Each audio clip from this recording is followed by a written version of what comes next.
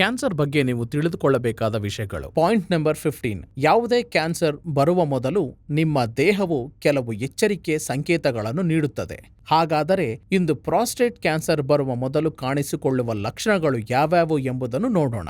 ಮೊದಲನೆಯದಾಗಿ, ಹಗಲಿನಲ್ಲಿ ಹೆಚ್ಚಾಗಿ ಮೂತ್ರ ವಿಸರ್ಜನೆ ಮಾಡುವುದು. ವಿಶೇಷವಾಗಿ ನೀವು ರಾತ್ರಿಯಲ್ಲಿ ಆಗಾಗ ಮೂತ್ರ ವಿಸರ್ಜಿಸಿದರೆ ಅದು ಪ್ರಾಸ್ಟೇಟ್ ಕ್ಯಾನ್ಸರ್ನ ಸಂಕೇತವಾಗಿರಬಹುದು. ಹಲವು ದಿನಗಳವರೆಗೆ ಮೂತ್ರ ವಿಸರ್ಜನೆಯ ಸಮಯದಲ್ಲಿ ಉರಿ ಮತ್ತು ನೋವು ಕಂಡುಬಂದರೆ ಅದು ಪ್ರಾಸ್ಟೇಟ್ ಕ್ಯಾನ್ಸರ್ಗೆ ಎಚ್ಚರಿಕೆಯ ಸಂಕೇತವಾಗಿರಬಹುದು. ಮೂತ್ರದಲ್ಲಿ ರಕ್ತವು ಪ್ರಾಸ್ಟೇಟ್ ಕ್ಯಾನ್ಸರ್ನ ಸಂಕೇತವೂ ಆಗಿರಬಹುದು. ಪ್ರಾಸ್ಟೇಟ್ ಕ್ಯಾನ್ಸರ್ನಿಂದಾಗಿ ಹೊಟ್ಟೆ ನೋವು ಉಂಟಾಗಬಹುದು. ನಿಮ್ಮ ಕಾಲುಗಳಲ್ಲಿ ಊತವನ್ನು ಸಹ ನೀವು ನೋಡಬಹುದು.